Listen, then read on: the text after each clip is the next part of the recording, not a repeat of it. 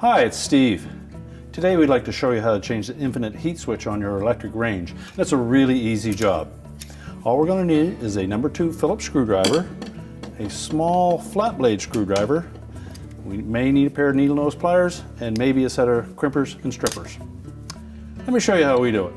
Now before we begin this repair, the first thing we'll need to do is to pull the range out far enough that we can access the back panel and also to disconnect the power cord, or if it's hardwired, you'll want to locate the breaker in the breaker panel and turn it off there.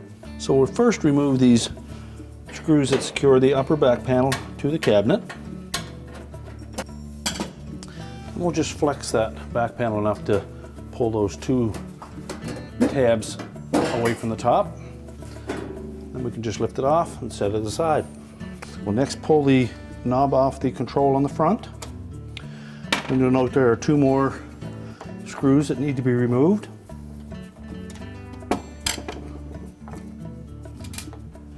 Now with the retaining screws removed from the front, we can simply slide the old infinite heat switch out. And this model has 2 large connectors attached to it. Other models may have individual wires.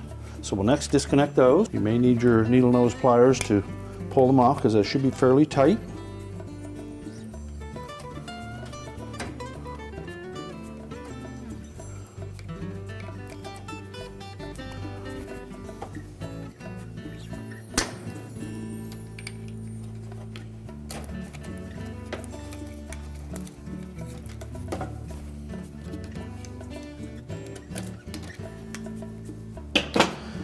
Just inspect those wire terminals, make sure there's no signs of corrosion or arcing or overheating, and if so, you'll need to replace the terminals. And once we have the wires released from the back of it, we'll compare the old infinite heat switch with the new one. Quite often you'll find that the shaft length is different on them, and the new one comes with a notch already cut into it so that you can snap the outer portion of it off to make it the same length. Now before we do that, we'll take our small flat blade screwdriver and we're just going to pry that little spring clip off that holds the knob in place and set that aside.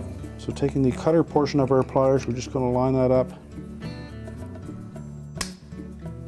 and snip that off. We can then put the spring clip back on and we'll just set it into the lower notch. Make sure it's firmly seated in there. Now before we install the new infinite heat switch, we'll want to again compare it with the old one. And if your original one had all 1/4-inch spade terminals on it, then you will need to locate the wire that is in this bottom terminal that is now a 3/16 spade terminal.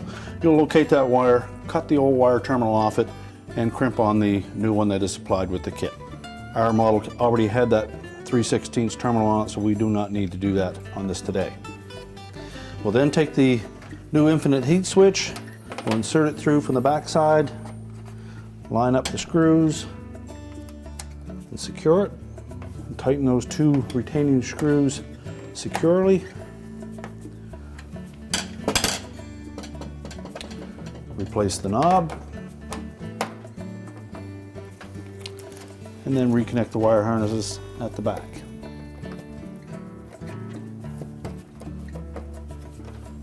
Make sure they're pressed on firmly.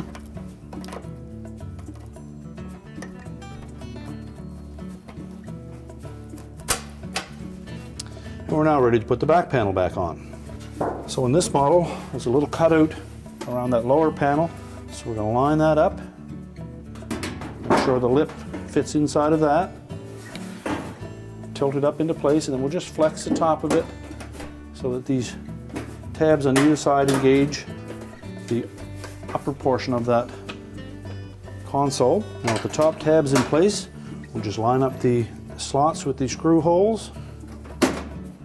And once we have them lined up, we can tighten those and then install the rest of the screws.